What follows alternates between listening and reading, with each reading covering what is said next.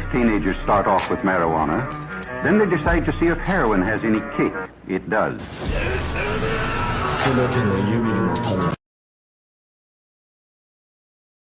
Hot take, black capitalism and black nationalism will always be a fail because they are inherently defined by whiteness and white capitalism. Without liberation and abolishment of systems, it's just a reframing of the same thing with different people on top.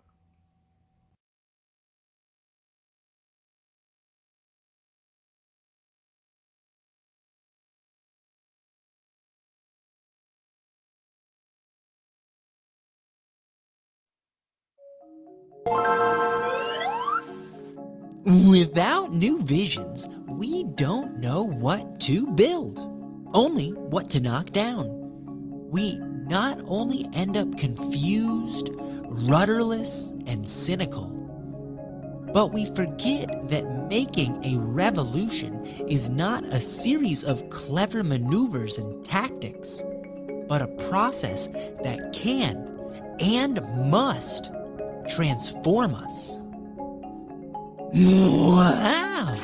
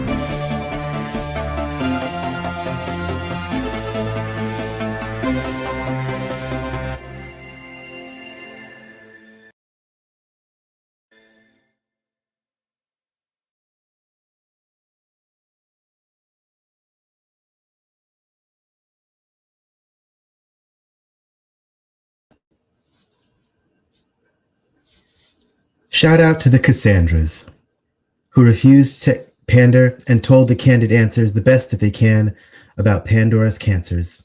The pessimists, giving their testaments, the best of it and the rest of it. Leftists sit solo because the less of it the average git has to hear, the better. Shout out to the soothsayers. Late nights, sleep like pulling tooths, prayers that the proof layers itself with each news day, or the truth tellers, The courageous news yeller is more often a bruise getter than mood setter, wondering what's better, the loneliness or the phoniness. Shout out to you. If you're not just sitting with a stiff grin trying to fit in while the earth caves in, or burns, or drowns, cities and towns waiting around for the sound of a copter sweeping down, you're finally found, we wish they'd say, as if help was on the way. But like the song by R.A. we play, they never came, and they will not. The Cassandras were not wrong, and it's been so long that some passed on, dead, gone, but their words live on. In every western red dawn, in every displaced fawn now on a Midwest lawn, every eastern den sogged by the long con, the box is open and it's not closing. The toxic smoke and the barren rocks poking where there once was hope in a world unchanged. It will never be the same, but at least now you know whose name never played the game. That's a piece I wrote a while back called Shout Out to the Cassandras, and every day for me is a shout out to the Cassandras, the people who have been trying desperately to tell people what is coming, what's happening, and are not believed. They're just not believed, even though the evidence is right there. It's right there, right? And the time comes when eventually people catch up and are like, oh, here we are, but it's too late. And you get to watch this play out in slow motion. Bad Bunny performed at the Super Bowl.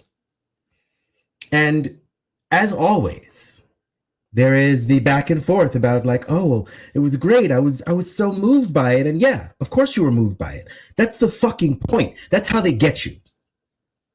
It doesn't strike y'all as weird that they get a Puerto Rican person, right, a Latinx person, to be the headliner of the Circus Maximus, the Empire's greatest, largest event, where they get the most people to watch at once. Doesn't it strike you as weird that they're getting a Latinx person to be the headliner of that at a time when Latinx people all across the country are being yoinked out of their homes? That doesn't strike you as weird. You don't see the disconnect. And people are like, no. What's happening is that he's getting to speak out about it. Yeah, he gets to speak out about it. Where? And who gets the money? There's a USA Today article that I've shared around on the internet. Look, any of my social media, you'll probably find it.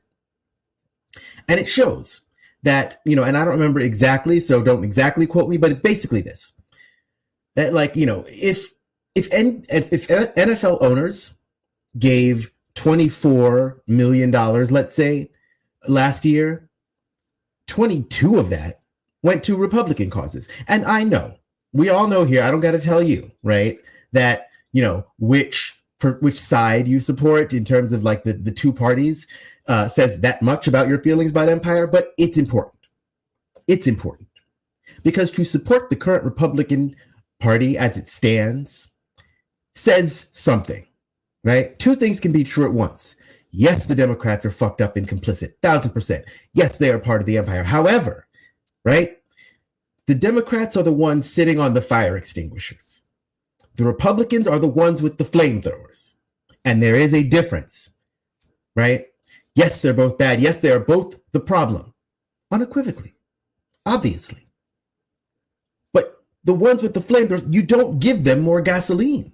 You don't hand them napalm. And what does the NFL do? It takes the little dissent that is, and don't get me wrong, look, I'm literally an artist, okay? I am not saying that, art is not dramatically important, especially not when you have that big a platform, right? To get to say certain things is extremely meaningful. However, what would have been more meaningful? For him not to show up. Think about it, right? At a time when you are disappearing people like me, I'm going to fucking disappear. Or, right? Think about all the artists who make similar strong statements just from outside the imperial spectacle. Yes, they don't get as many eyes on them, but at least you know whose name never played the game, right? Winning a Grammy means that you're great. You have attained the heights of what this empire offers in terms of the way that it has captured art. Does that inherently make you a better artist? No, it just means you had access to so much money, right? And so much advertising, and the best makeup artists, and the best personal trainers, and the best of all these things, right? And again, not even the best, just the ones who knew how to play the game enough to get in there. And the ones who were quiet about enough of the things to get in there. Guess who else was on the stage with Bad Bunny? Lady Gaga. Yes, I mispronounced her name, and yes, I did it on purpose, because I used to love her too, but she's a Zionist. She also came out and said with her whole mouth face, I performed a bunch of shows while I had COVID. Like, on some like, haha, like, I'm so tough. Ha ha ha, that's not fucking cute. And neither is being a loud and proud Zionist. So while Bad Bunny was bringing the light, shining a light on his own culture, and it is very important to do so, absolutely. But while he was doing that, he was simultaneously obscuring the light of an entire other culture that is actively experiencing a further stage of the same genocide that white supremacy is trying to do to everybody who is to the left of Mitt Romney. Okay. So be careful. Be careful what you spend your energy and your time trying to rationalize, and understand that. And look, I get it. A little personal story. I have never been into sports. I will play any sport. I've played just about every sport. I was very athletic. I was a dancer. I did martial arts for many years. I loved doing tournaments. I love to throw a turning kick or a side kick or a back kick. I love it. Okay, so it's not that I'm not into athletics or understand athletics, but I never got watching other people play them and literally getting into fights because of the outcomes of these sporting events that you have nothing to do with. And I realized that it is because of just social pressure. It's social pressure. It's become a cultural touchstone that a lot of us have attachments to because of something that happened to us in our life. You know, oh, it's attached to a good memory of this family member or that, or it reminds me of this person who's gone or whatever. That's about you. That is about you. And you have to realize that you are selling out your actual morals because all of the money that goes into these stadiums, that goes into all this stuff, all that money is being used to fund your or someone else's oppression. Not a single dollar of it helps the people at all. And there's plenty of art. There are local athletes. There are local stadium teams. You know, there are plenty of things you could support instead. And that is the thing that you know, in the piece by Worm, just before this, it's about imagining what it could be, what could be better. And yes, you might not be attached to some, you know, nationwide network of teams playing these giant stadiums, but you would actually be attached to local athletes if you actually supported local athletes. Because I'm not saying that athletics don't have their place in the human story. They obviously do. And art too. But it doesn't belong to the Grammys. It doesn't belong to the NFL or the MLB or the NHL. Those are ways they capture our attention and direct us into what is okay to say, what is okay to watch, and what is okay to do. And I simply am begging y'all to see it and stop supporting it. That's all I'm saying. That's all I'm saying. You know what? The last thing I'm going to say on this is, I've been called a woke scold several times. I never get blocked so much as when I ask people to question their relationship with mainstream sports, with Grammys, with Tonys. People, they get mad on this deep, visceral level, and it means you know you've actually touched a nerve. You know you've really hit something. You know. And that's when the cognitive dissonance kicks in, and then there's a lashing out. I've got to get rid of this person because they're telling me something I don't want to hear that I know to be true deep down. And it's a great saying.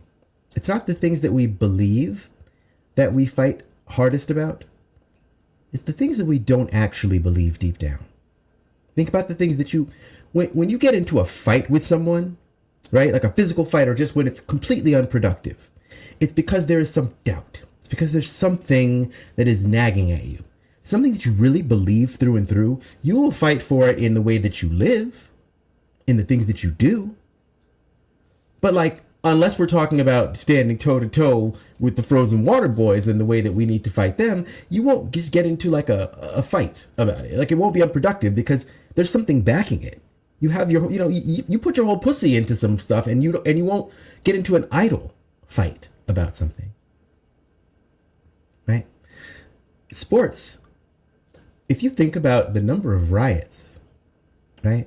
White riots in this country have come from people of color getting some kind of rights or privileges and the outcome of sporting events. Win or lose. Win or lose.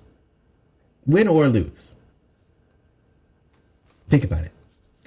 But think about it later, because we've got a nice show coming up for you today. It's a lovely, lovely show, and I certainly believe you're going to enjoy it.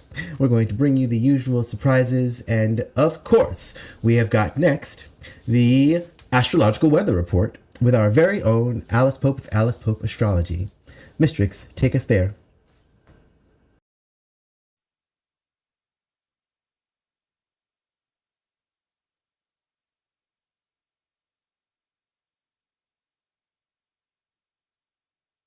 Good evening, Logan. We've got another big astrological event ahead of us this week with Saturn going into Aries on Friday the 13th. Ooh.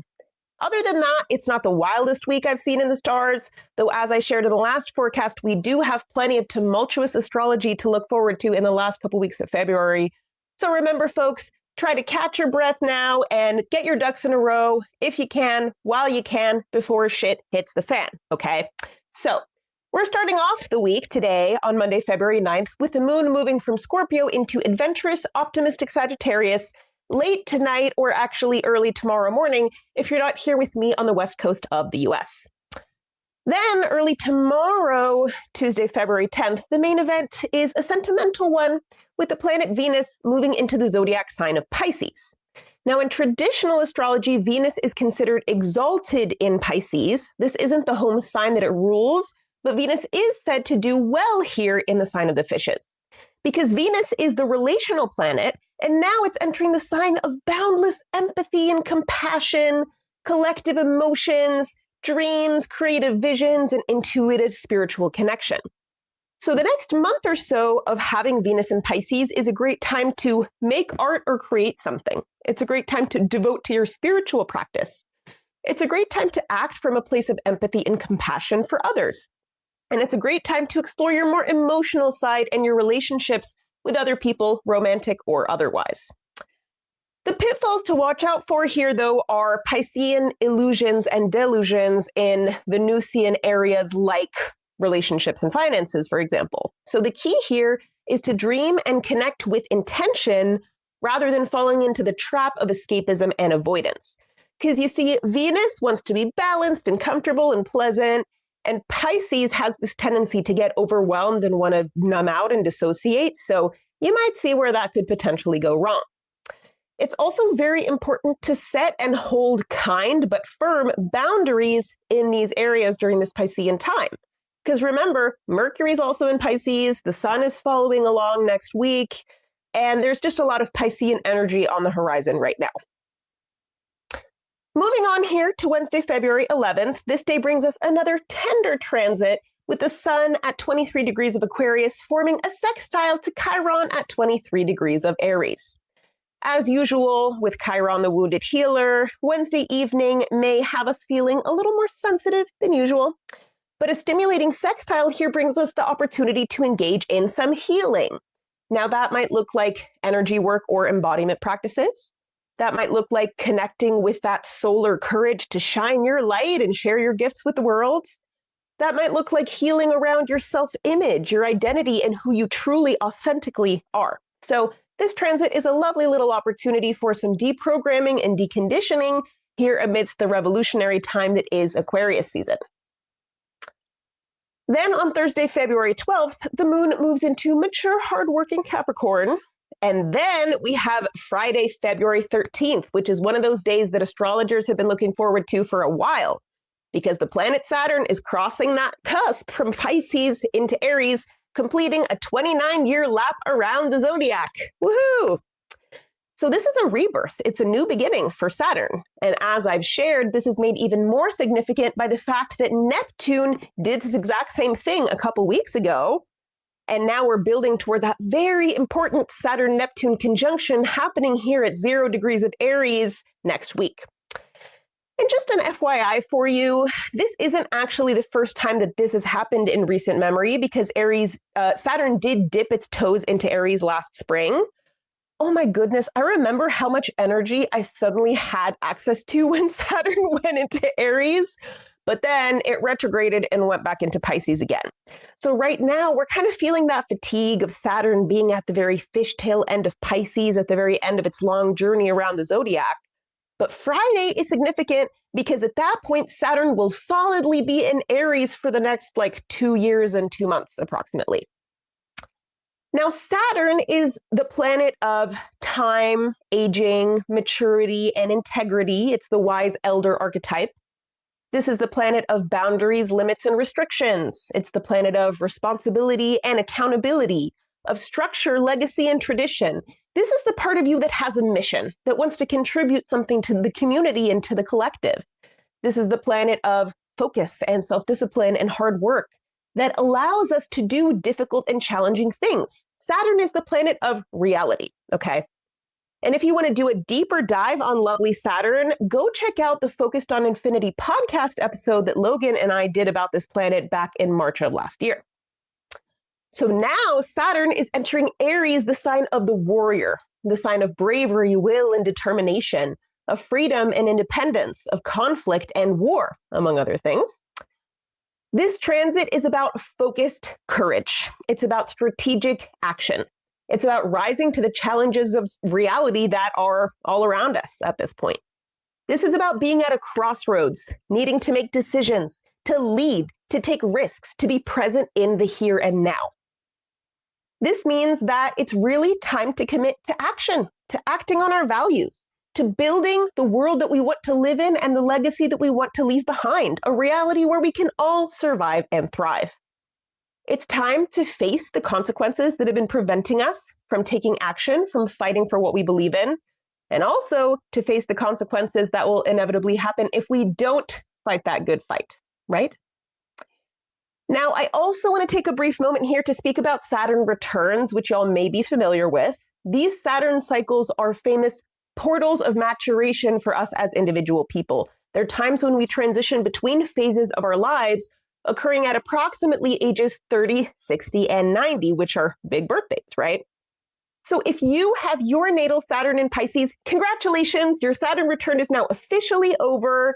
It'll take some time for the dust to settle, but when it does, you'll realize that you're a completely fucking different person than you were a few years ago.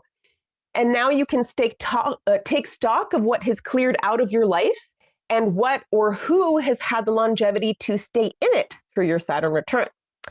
But if you have your Saturn in Aries, that means that your Saturn return has now started in earnest. So the next couple of years will be full of maturational lessons for you. Saturn will push people and things out of your life that are not aligned with who you're becoming. Listen, this is famously not an easy time, but it is a very important one. And whatever the universe is bringing to you now, you are, by definition, ready to face it. So heed Saturn's wake-up call, and I promise you'll be glad that you did. All right, let's glance at Saturday, February 14th, which is Valentine's Day, I guess, whatever. But late that evening, the moon moves into authentic revolutionary Aquarius. And do remember that we have a new moon solar eclipse in Aquarius, as well as Lunar New Year, coming up soon on Tuesday the 17th. So button your britches and hold on to your hats for that one, folks. Then we're finishing off the week here on Sunday, February 15th, with the sun at 27.5 degrees of Aquarius, forming a square to Uranus and Taurus. Now, if you've been feeling kind of shitty and dysregulated over the past week, like I have, that may be because of the squares that Mercury and Venus have been forming to Uranus, as I discussed in last week's forecast. So Sunday may be another challenging day as the sun now repeats this aspect, this relationship to Uranus, which is the planet of suddenness that can jolt and shock and shake us awake. Uranus can quickly transform things and turn them upside down. It can push us towards isolation, alienation, and dissociation if we get overwhelmed and feel like it's all just too much. So that is definitely a risk this week. This transit can really confront our values and our stubborn habits. It can really challenge our egos and the ways that we see ourselves, the ways that we behave in the world. It can bring us the gift of self-knowledge, but probably in a pretty uncomfortable way. Having the sun in Aquarius squaring Uranus can also potentially bring up friction in groups, networks, and communities. Sunday may not be the easiest day for those of y'all who are doing leftist organizing, for example. So just try to find and remember ways to get grounded throughout this transit. Know that this particular storm will pass. Try to pay attention to whatever news might suddenly come through, but to resist urgency culture in processing and acting on it. And let's remember that the goal of both Uranus and the sign Aquarius that it rules is to help us deprogram from the toxic overculture and align with greater authenticity in ourselves and in the world. It's all about exploration, innovation, and liberation, folks. So this week is kind of a mixed bag of transits as we're preparing for upcoming eclipses, conjunctions, and retrogrades. That's all for this week's astrological weather report. I'm Alice Pope. Logan, back to you.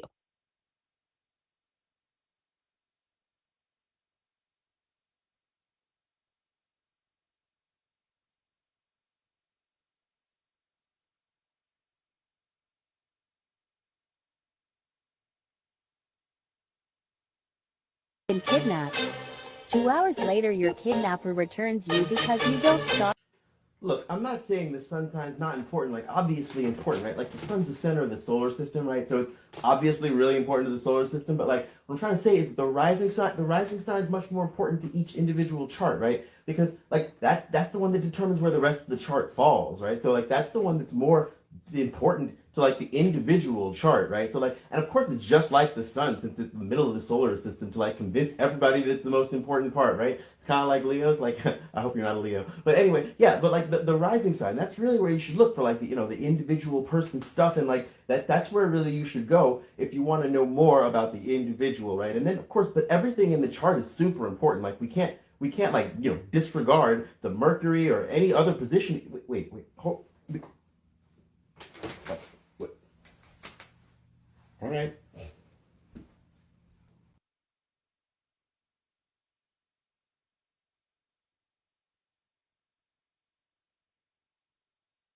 Did you think you would get away without me telling you look cute today? Well, you didn't. You look so cute.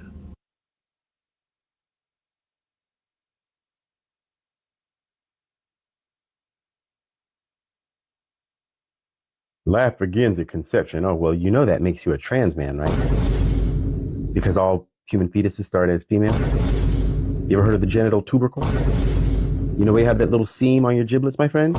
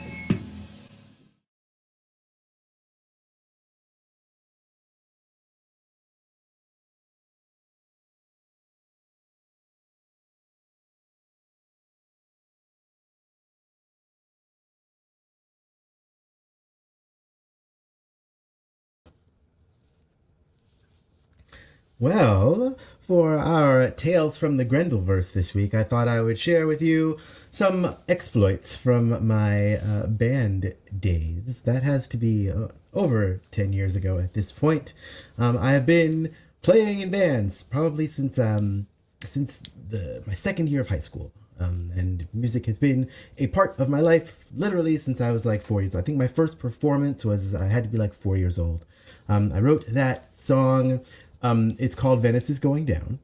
And it's got a flavor of, shout out to the Cassandras, because Venice is in fact going down. And it is, it's a shame that humans think a lot about. One of the lyrics is, we built it here to prove we could, but no one said that we should. Water always beats stone and wood eventually, and always for good. And that is a lot of what we're facing right now, right now in the world. There's also a line about New Orleans, and there's just lots of places in the world where humans said, yeah, you know what, we've got the ingenuity to do this, well, do it. And nature's like, okay, yeah, you stay right there in a bowl surrounded by water and see how that turns out for you. You stay there in a city built on water, on wood and rocks. See how that turns out for you, right? And obviously there's the literal, but also the metaphorical, right? Because we do a lot of goofy stuff, knowing full well, right? Like I said in the past, right? Whatever it is that, billionaires are doing, and that obviously it's the people in charge who are the problem, but a lot of us in our day-to-day lives do a lot of stuff that we know we shouldn't. And sometimes we'll use the excuse that other people are doing it worse so that we can keep doing what we're doing and not make any changes. So we gotta not do that. But anyway, here we are at Lara Listens, this week's delve into a couple of selections from my vinyl music collection. And we're going to go with two Black artists today, it being Black History Month and all. Why? We don't need a reason. We don't need a reason to feature artists of color. We're going to start with one that I'm sure you all know. Boom. Uprising. Bob Marley and a Whale and all. This is the last studio album. This was, there was an assassination attempt on his life in 1976. This was in 1980. This is the last album that he put out. He was obviously a very political person, and there is speculation that there were, letter agencies involved in his assassination attempt. You don't need me to tell you what I think about that, right? Yeah, it could have been some rando, but is it ever really some rando? Especially when the U.S. government and white supremacist powers are concerned. I don't know. I'm not saying nothing. I'm just saying is all. Anyway, this particular album, let me show you the back. Here we go. There we go. I mean, amazing songs on this one, including one of the best Bob Marley songs, I think, and maybe you'll agree, Redemption Song. It's one of the very, very few songs that Bob Marley did where it was just acoustic guitar and vocals, and not that much of a recognizable reggae style. Really, it was kind of Bob Marley's Bob Dylan turn, and just a tremendous song. Old pirates, yes, they rob us, sold I to the merchant ships. Just emancipate yourselves from mental slavery, none but ourselves can free our minds, which is actually a quote from Marcus Garvey, I believe, just in case, I don't know if you knew that. But also contains Could You Be Loved, another beloved song, Coming In From the Cold, Pimper's Paradise, which was, there's a really great cover of Pimper's Paradise by his son, Damian Marley, Jr. Gone. But really, really great. A fantastic album. And, the last one, and I think Legend came out after he died. But get into it, babes. Great album. Now we're going to go to a little different flavor with the X-Ray Specs. Now, here's one that maybe y'all don't know as well, but you should. And this was fronted by Polystyrene was her name. And just like always happens, right? If you look at every genre of music, right, especially American music, there is usually an uncredited black person, uncredited black weirdo, usually uncredited black femme at the helm of it. You want to talk about one of the first punk albums of the punk movement? X-Ray Specs, right? Anti-capitalist, like to the core. And also she's considered to be like the progenitor of kind of like riot girl culture as well, even though she herself was like, I was more anti-capitalist than just purely feminist, but like there's that as well too. The reason that she is said to be like, one of the progenitors of the riot girl movement is that she completely eschewed the beauty standards, right? And obviously being a biracial person, there's a lot of ways that she was never going to meet the beauty standards of this world, right? Of this overculture.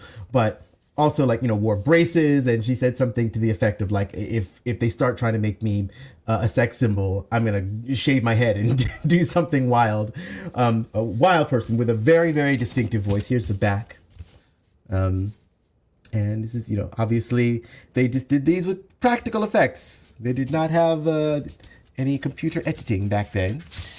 Here's the insert. It's got the lyrics and things like that, and a little smudge from time, because that's the other good thing about records is that their little scars are, this is from 1978, by the way.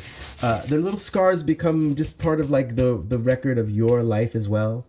The actual physical piece of media, and the dents and the dings, and the place where you dropped it that one time because you were drunk when you were putting it on. Like all of that becomes part of the story of the album and the music itself, and it's a personal connection to music.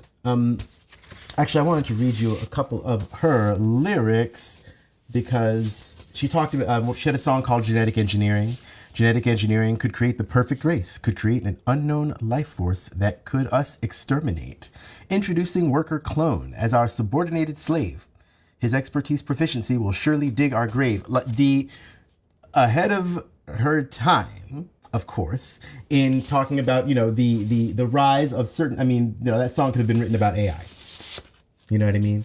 And you just push it forward like 50 years and there you have it. Same thing, just as relevant. And, like a lot of black artists in music that comes to be known as white music, which is wild because like the band Death is really the progenitors of punk, and that was a black band, right? All of these, and speaking of that, like grunge, Tina Bell, who had a tragic and ignominious death, was found, unfortunately, like I think weeks after that she had died, in her room. She was, the group that she was in was called Bam Bam. Kurt Cobain was a roadie for her band.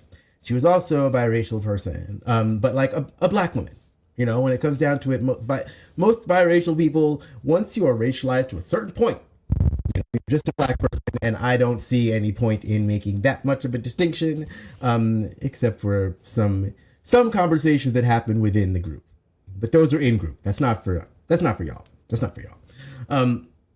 Give Tina Bell her flowers, and it should have happened when she was alive, right? But make sure her name is mentioned when you talk about, the entire grunge changed. Grunge was a repudiation of the glitz and the glam, right? And then eventually, of course, it got rolled in because that's what the Empire does. See earlier conversation about Bad Bunny, how the Empire will take something that's outside and roll it back in and then sell it back to you. But she, Polystyrene here, would have eschewed all of that. And that is a good lesson for us to take going forward. And the other good lesson for us to take going forward is support real artists. Give people their flowers while they're here. Okay, don't wait until it's too late, until they're gone, until they've been proven right, but they're not here to see it, right? You could never know how much it means to someone just to hear that something they've said to you matters. And I mean this in your individual life too, because there's a tendency we have we'll take something, assimilate it, and make it our own. But like, we might have argued with the person who told it to us when they told it to us in real time. But then later, when it's like we take it and we act like it was our idea or something, and it's weird. It's weird energy, right? Go back to someone tomorrow that taught you something you didn't know, or that showed you a new way of looking at this world or this life or something that you didn't know before, that changed the way that you, and just tell them that, share a little bit of that love, because that's real. That's real. And I hope somebody does that for you as well, because whether we think of the parent-child relationship as one way, but really at a certain point, the children become teachers for the parents. I mean, that's something that really should be more understood. I know that we are all teaching our parents things right now about the way the world really is, right? Or at least we're trying, whether or not we can, or we are teaching them a lesson by being like, you don't get access to me anymore because of the way that you look at the world. So, at any rate, we are going to go right on to our next segment. Mistrix, take us out.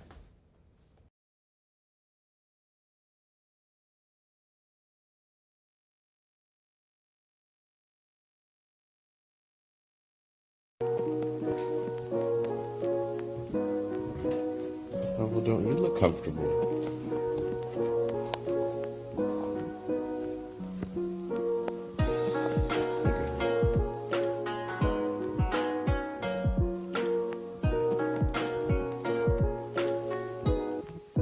Look, I don't want to go out either, but it'd be nice to take a walk. Huh? Any takers?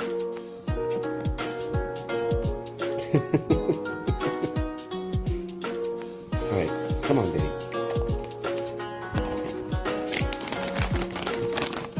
Come on. Good girl. What, do you want my help? Getting down?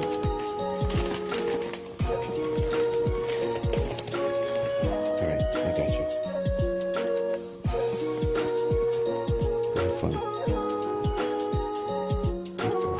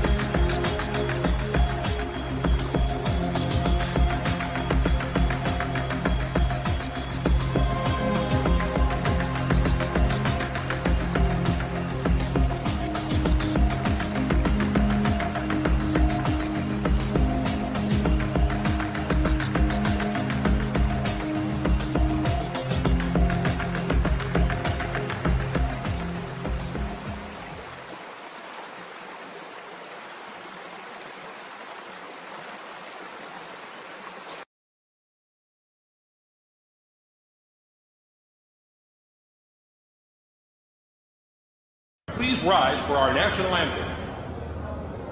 Open up the safe, bitches got a lot to say. Pussy in your face, that'll put you in your place. 7 legs.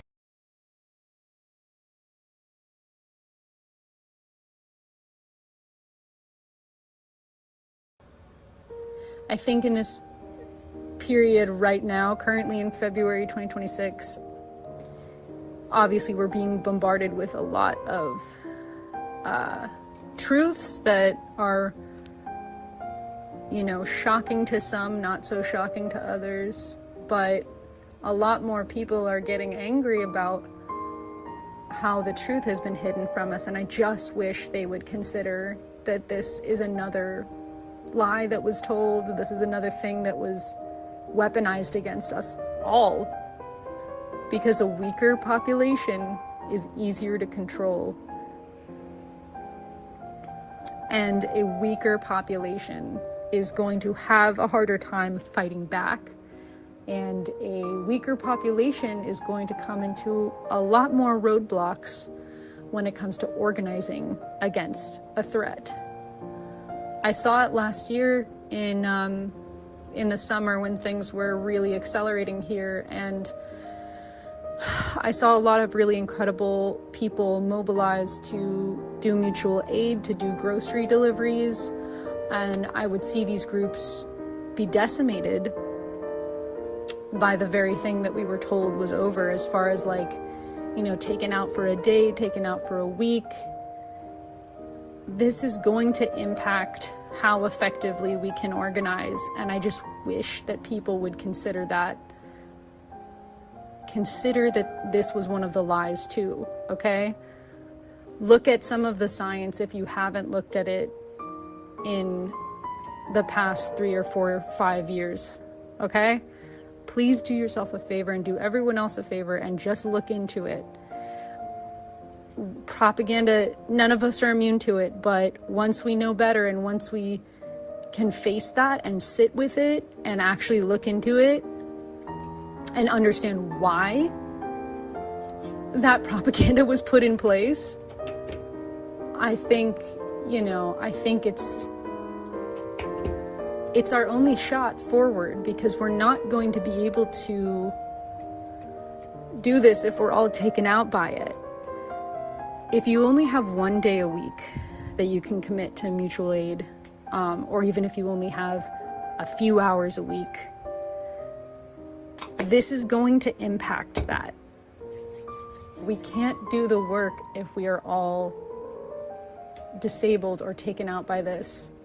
We can't do it as effectively, at least. Of course, there are so many disabled people that are doing so much work, and behind most of the mutual aid groups are disabled people running it, because they are impacted at much higher levels. But yeah, I would really love if we could just sit with this uncomfortable truth and, think about it.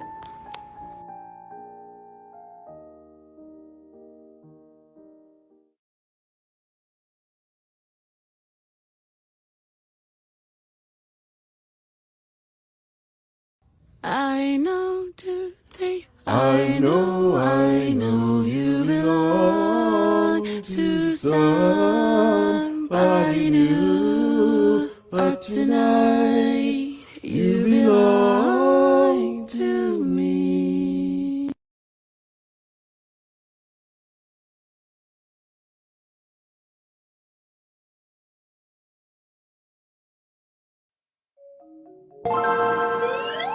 Too often, our standards for evaluating social movements pivot around whether or not they succeed in realizing their visions, rather than on the merits or power of the visions themselves. By such a measure, virtually every radical movement failed because the basic power relations they sought to change remained pretty much intact. And yet it is precisely these alternative visions and dreams that inspire us to act for change. Wow!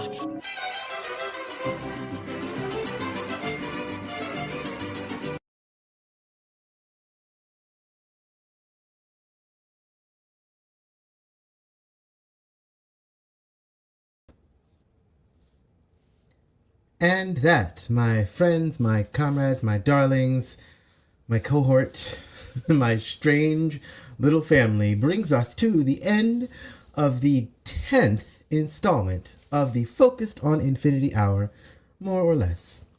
I want to thank everyone who participated in the chat, I want to thank Dick Swagger for reminding us of the thing which shall not be named, but is absolutely still ravaging and decimating more and more until we stop it. Until we stop it, it's going to keep continuing. There is no more public health at the top level. It's all up to us. Everything that we can do matters, right? And that reminds me just that is the case for everything, right? People are looking to not boycott the Super Bowl because, well, I just got to enjoy myself this one time, right? Not realizing that the things you do every day are more important than the one march you went to, the one protest you went to. This is not a game of feats. And it's something that I say often, right? I'm not a soldier, right? Whatever I know about fighting or defending myself or teaching other people how to defend themselves, I am not a soldier. That is not my job. That is not my place, right? And you gotta know your role. That is so important right now, is to know who you are, what you're good at, what you're not good at, right? I know that in certain situations, I'm just too hot-headed to be there, right? That's not where I'm gonna be most effective. So knowing that, doing that, and doing it every day.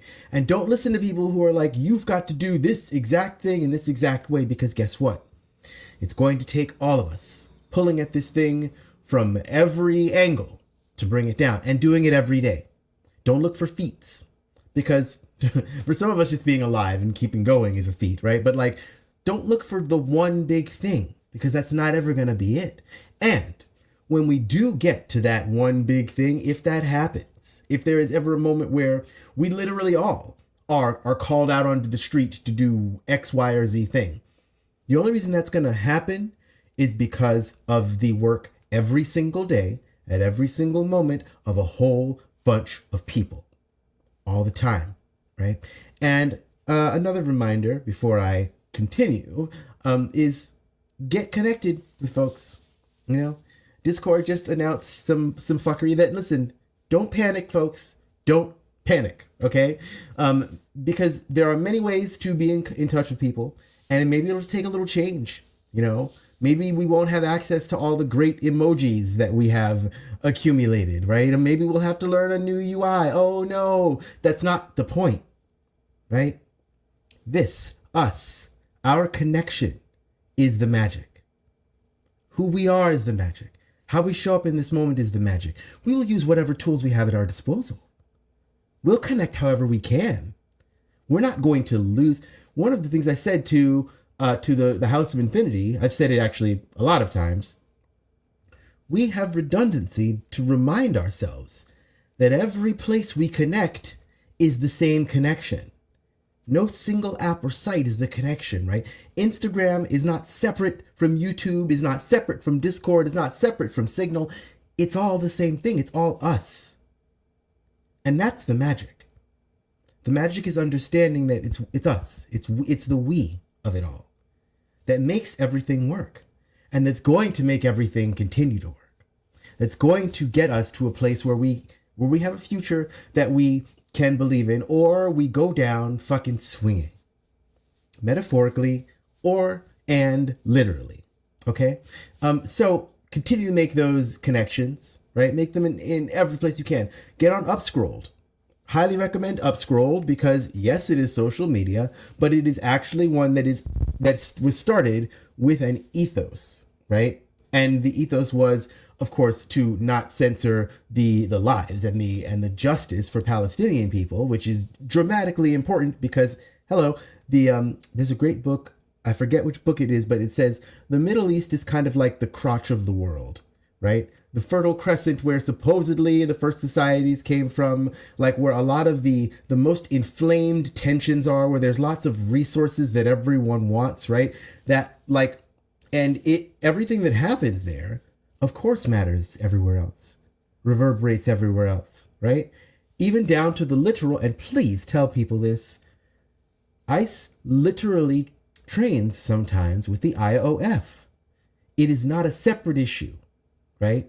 They'll call you a woke scold or whatever for being like, these things are connected, and if you ignore the lives of Palestinians and people in Gaza, like, you are fucking up, because it does matter, because it matters to us literally, because guess what? They have their tendrils everywhere. And this brings me back to, for example, the Epstein of it all. It's all connected, right?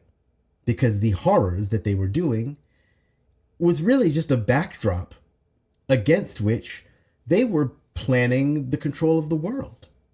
And I have long said that the reason that everything is the way that it is in this world is because someone made it that way. The reason that gaming culture is so toxic, the reason a lot of internet spaces are so toxic, I have been saying it's because people make it that way, because people aren't naturally just shitty. You have to give them a reason to be shitty or make it acceptable, right? Think about how different the entire internet could be tomorrow if they just actually regulated hate speech. That one simple change across every platform would change not only the internet, but the world, because the internet is the collective unconscious made flesh. It is not something separate from this world. It is all of us thinking and dreaming and being together in a sort of collected astral. It's basically the intellectual mycelium of the human species. And as much as people want to say that it's useless, or that, like, oh yeah, all this get off social media, like, you're missing the fact that that ship has sailed. Not only has that ship sailed, but it's actually kind of a good ship. It's just been made shitty. And getting back to the Epstein of it all, guess who was part of creating some of the biggest right-wing cesspools on the planet? Slash poll on Reddit, 4chan, Jeffrey fucking Epstein, Ghislaine fucking Maxwell. It's all connected. It's all connected. And guess who they may have been working for and in league with? The people who run the IOF, right? It's all connected. So when we say it's all of us or it's none of us, we mean it. We mean it. And remind folks of that when you talk to them, whatever you do in this world, right? Thanks again to everyone who participated and contributed. Obviously, our excellent Worm, who is here every show. Again, Dick Swagger. We're glad to have him back for this show. And thank you, all of you, for sharing. Please do like and share the stream, and continue to help us get the word out and spread the word. And again, if you want to be on the show, if you have something that you know would be a good fit, hit us up. We are simply just people. And before we leave, of course, I have to give the big shout out to my collaborator, co-conspirator, and partner in crime, our producer, Mistrix. Thank you all again for being here. We will see you next week. Same bat time, same bat channel.